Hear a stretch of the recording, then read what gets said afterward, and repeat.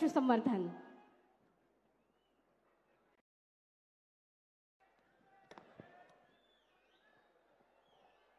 आज आष्टी उपसा सिंचन योजना क्रमांक 3 अंतर्गत शिंपोरा ते खुंटेपळ या पाईपलाईनच्या कामाच्या पाहणीसाठी आणि बोगद्याच्या कामाच्या शुभारंभासाठी मंचावर उपस्थित या राज्याचे मुख्यमंत्री, जे मुख्यमंत्री म्हणून पहिल्यांदा बीड जिल्ह्यात आज पाऊल ठेवत आहेत, ते बीड जिल्ह्याला पाणी देण्यासाठी पाऊल ठेवत आहेत, देवेंद्रजी फडणवीस. मंचावर उपस्थित जलसंपदा मंत्री, ज्यांच्या खात्याने या कार्यक्रमाला इथे हे रूप दिलेलं आहे, ते आमच्या शेजारच्या जिल्ह्याचे, ज्यांचे 3 पिढ्याचे अत्यंत चांगले ऋणानुबंध आमचे आहेत, ते राधाकृष्ण विखे पाटील. मंचावर उपस्थित माझ्या निवडणुकीमध्ये ज्यांनी मला पराभूत केले आणि निवडून आले, ते बजरंग बाप्पा.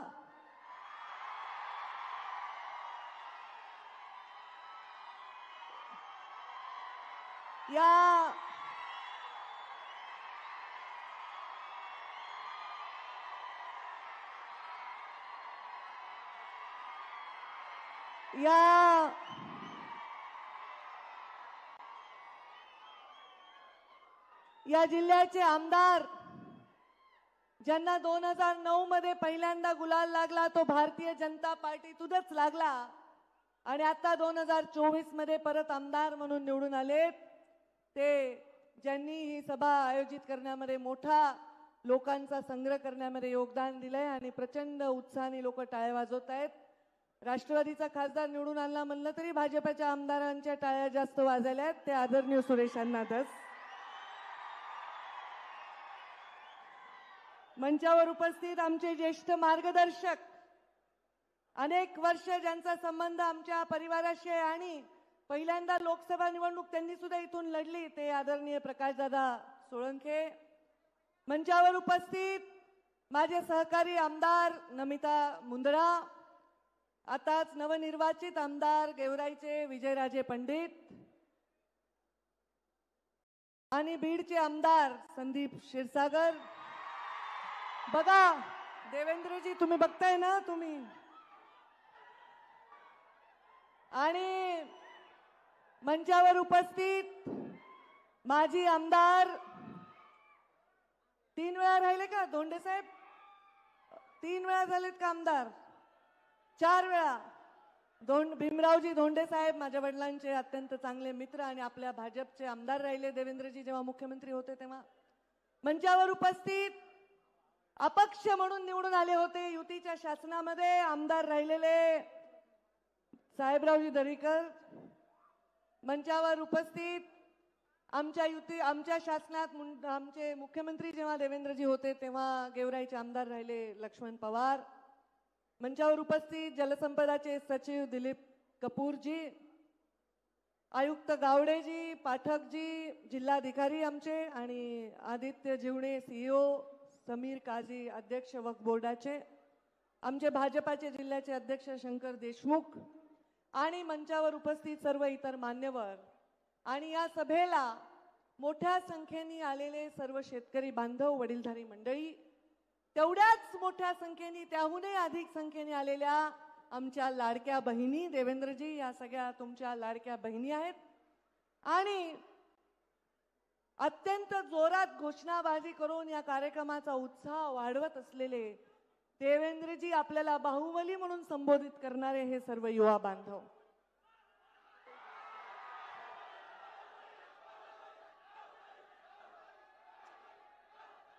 देवेंद्रजी, एक किस्सा आठवला मला की आपण जेव्हा मुख्यमंत्री म्हणून ते तुम्हाला बाहुबली म्हणतात, खरं तर तुम्ही आमच्यापेक्षा ज्येष्ठ आहात, नेते आहात. आणि आम्ही ज्या कॅबिनेटमध्ये काम करतो त्याचे तुम्ही प्रमुख आहात. तुमच्याविषयी आदरभावच नेहमी येतो, पण आज ममत्व भाव येतोय. कारण ते तुम्हाला बाहुबली म्हणत आहेत, काही वर्षापूर्वी मला शिवगामिनी म्हणत होते. तर शिवगामिनी बाहुबलीची आई आहे आणि त्याच्यामुळे मला आज तुम्हाला बघताना वेगळाच भाव आला. शिवगामीचं वाक्य असतं, सुरेश अण्णा धस. कुठे गेले? जसं तुम्ही पिक्चरचे डायलॉग म्हणता,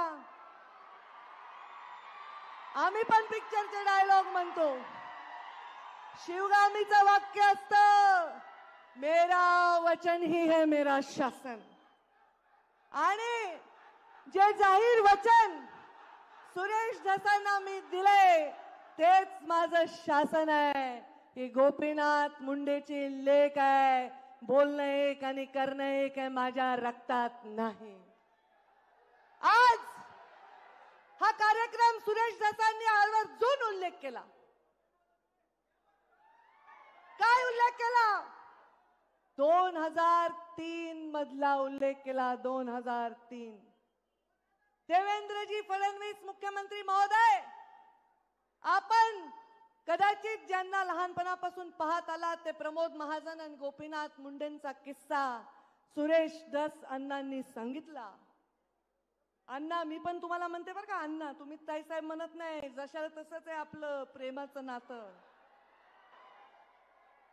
इज्जत आम्ही देतो, पण मला आज आनंद वाटला की त्या 2003 चा उल्लेख झाला.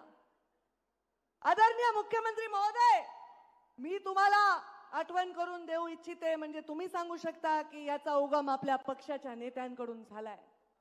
या ठिकाणी एक सैनिकी छावणी होण्याची प्रस्ताव जॉर्ज फर्नांडिस मंत्री असताना झाला होता.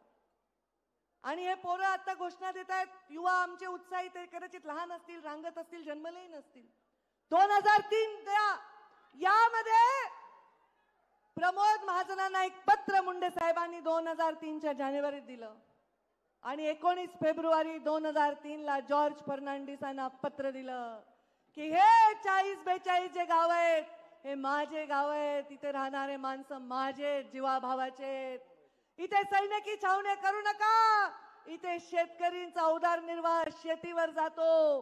या जमिनी बागायती असून इथे पाणी येण्यासाठी इथे एखादी उपसा सिंचन योजना करा. हे 2003चं त्यांचं पत्र, ज्याचा आवर्जून सुरेश अण्णांनी उल्लेख केला. आपल्या जिल्ह्याच्या शेतकऱ्यासाठी, आपल्या जिल्ह्याच्या तळागाळातल्या माणसासाठी सदैव काम करताना, कुठली भूमिका घेताना कधी मागे पुढे बघायचं नाही. आजच्याही कार्यक्रमात चर्चा होती, पंकजा मुंडे येणार येणार येणार. का नाही येणार बाबा? सुरेशांना, तुम्ही आपल्या जयदत्तचं लग्न केलं तेव्हा मला साडी घेऊन पत्रिका घेऊन आला होतात, तेव्हा मी आले. धाकट्याचं नाव काय? सागरचं करताल तेव्हा बोलवलं तर येईन बाबा, नाही बोलवलं तर नाही येणार. पण हा कार्यक्रम शासनाचा आहे आणि आज तरी शासन देवेंद्र फडणवीस आणि पंकजा मुंडे मंत्री आहे, राधाकृष्ण वाके पाटील मंत्री आहे, तेव्हा मी आले.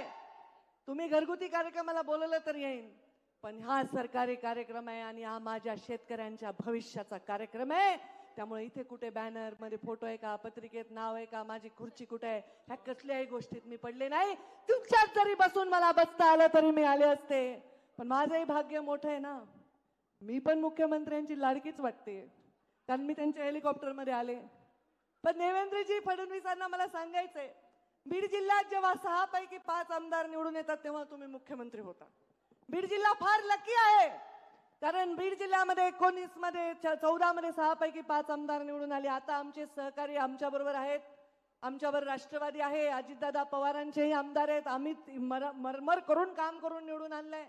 आज आम्ही एकत्र आहोत. ते पालकमंत्री आहेत, त्यांना विश्वास आहे की पालकमंत्री झाल्यानंतर कडकपणे काम करून या जिल्ह्याच्या कानाकोपऱ्यात विकास देण्यासाठी ते आम्हाला नेहमीच सहयोग करतील.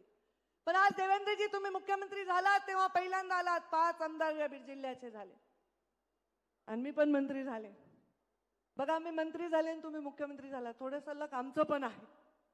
पण तुम्ही मुख्यमंत्री झाल्याचा आनंद हा आहे, कुठला अभिनिवेश नाही, कुठला बडेजाव नाही. मला माहिती, जेव्हा हे भाऊबिलीच्या घोषणा देत आहेत, कारण देवेंद्रजींना मी ज्या पद्धतीने ओळखते, तुमच्यापैकी मंचावरचं मला नाही वाटत तेवढं पद्धतीने ओळखतंय कोणी. देवेंद्रजी थोडेसे ओशाळलेत, थोडे लाजायलेत, कारण हे त्यांना कदाचित फार अस्वस्थ करणार आहे. कारण काम करा, कामाने तुम्ही कीर्ती रूपाने उरा, हे संस्कार भारतीय जनता पार्टीचे राष्ट्रीय स्वयंसेवक संघाचे आहेत. आणि त्यामुळे आज त्या संस्कारात वाढलेला एक माणूस या राज्याचा मुख्यमंत्री झालेला आहे आणि माझ्या बीड जिल्ह्यामध्ये आले आहे. त्यामुळे मी येणार म्हणजे येणार. शेतकऱ्याच्या शेतात पाणी जाणार आहे, मी येणार म्हणजे येणार. तुमच्या डोळ्यातलं पाणी पुसायची वेळ आल्यावर कोणताही अभिनिवेश न ठेवता येणार म्हणजे येणार. कामासाठी, या जिल्ह्याच्या विकासासाठी, या जिल्ह्याची कॉलर टाईट करण्यासाठी कोणताही भेदभाव कधी करणार नाही. सुरेश अण्णांनी पण उल्लेख केला, 5 वर्ष मी मंत्री राहिले, पालकमंत्री राहिले, पण एवढा सुईच्या टोकावरची सुद्धा घटना कधी घडू दिली नाही. या जिल्ह्यामध्ये कानाकोपऱ्यामध्ये विकास करताना कधी कुणाचे जात धर्म विचारला नाही. सुरेश अण्णांसाठी देवेंद्रजी फडणवीस उभे राहिले आणि आम्ही रात्रीचा दिवस एक केला आणि तेव्हा त्यांना निवडून आणलं. ते म्हणले ते हरळ उगवली वगैरे त्यांची भाषा खरंच आहे. काम करणाऱ्या माणसावर हरळ उगवते जर त्याला पद नाही दिलं, आणि त्याला पद देत असताना कधीही कुठल्या गोष्टीचा विचार नाही करणारं काम आम्ही केलेलं आहे. आज या बीड जिल्ह्याचं नाव या देशामध्ये अनेक क्रांतीवीरांमुळे झालं, गोपीनाथ मुंडे, प्रमोद महाजनांमुळे झालं, या जिल्ह्यामधल्या अनेक नेत्यांमुळे झालं. इथे सांगितलं की केशर काकू क्षीरसागर एक महिला असून सतत खासदार राहिल्या, विमलताई पालकमंत्री राहिल्या, प्रीतमताई खासदार राहिल्या. त्यांनी सुद्धा या खुंटेपाची ईसी देण्यासाठी 3 दिवस बसून तिथे ईसी आणून दिली. प्रत्येकाने याच्यामध्ये योगदान दिलेलं आहे, कारण या जिल्ह्याच्या शेतकऱ्याच्या पाठीमागे या जिल्ह्याच्या प्रत्येक पक्षाचा, प्रत्येक विचाराचा, प्रत्येक जातीचा नेता उभा आहे. हे चित्र या राज्यामध्ये जावं ही माझी इच्छा आहे. देवेंद्रजी एकच वाक्य बनून सांगेन, हा जिल्हा आहे ना, जसा सह्याद्री कळला नाही मोगलांना, त्यांनी शिवाजी महाराजांना त्यांना वाटते हे मुठभर सैन्य घेऊन आम्हाला सारखे कसे हरवतात. सह्याद्रीच्या कराकपारीमध्ये फिरणारे मावळे कसे गायब व्हायचे, कसे यायचे, कसे आक्रमण करायचे हे त्यांना कळलं नाही. सह्याद्रीच्या अंगाखेंद्यावर खेळलेल्या शिवबा आणि त्यांच्या मावळ्यांनी मोगलांच्या नाकात दम केला होता. तसा हा माझा जिल्हा सुद्धा आहे. हा गडांचा जिल्हा आहे. गडांवरून राजकारण होतंय असं बाहेर वाटलं तरी गडांवरून राजकारण होत नाही. गडांच्या गादीवर लोक नतमस्तक होतात, पण या जिल्ह्यामध्ये कोणीही व्यक्तीला कधी पूजत नाही. हा जिल्ह्यामधला माणूस विकासाच्या पाठीमागे भक्कमपणे उभा राहिलेला आहे. म्हणून ज्यांच्या पाठीमागे कुणाचा बाप खासदार नाही, आमदार नाही, असेही लोक इथे मोठे नेते झालेले आहेत. आमचे तर वडील नेते होते, तो आशीर्वाद आमचा अधिकचा आहे. पण पायामध्ये कधी माती न लागता, काटा न लागता जीवन जगलेला माणूस जेव्हा काट्यात चालतो त्याचाही सन्मान होतो. असे आमचे नरेंद्र मोदी आमचे प्रधानमंत्री म्हणून आम्हाला लाभलेले आहेत. देवेंद्रजी, तुम्हाला प्रधानमंत्र्यांचे आशीर्वाद लाभतात. शेवटी काम सगळे करतात, कष्ट सगळे करतात, सगळ्यांना जीवनामध्ये योगदान असतं. तुम्ही मुख्यमंत्री व्हावं म्हणून आम्ही सुद्धा रात्रंदिवस प्रचार केला, घसा कोरडा करेपर्यंत सभा घेतल्या. आम्हाला माहित होतं की तुमच्या हातामध्ये हे नेतृत्व येणार आहे.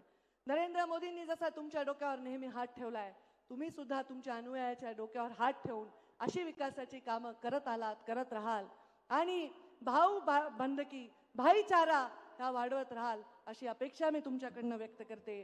माझ्या जिल्ह्यामध्ये परत एकदा तुमचं स्वागत करते आणि तुमच्या या कामासाठी, तुम्ही दिलेल्या या सहकार्यासाठी तुमचे मनापासून मी अभिनंदन करते आणि आभार मानते आणि माझ्या वाणीला विराम देते. धन्यवाद.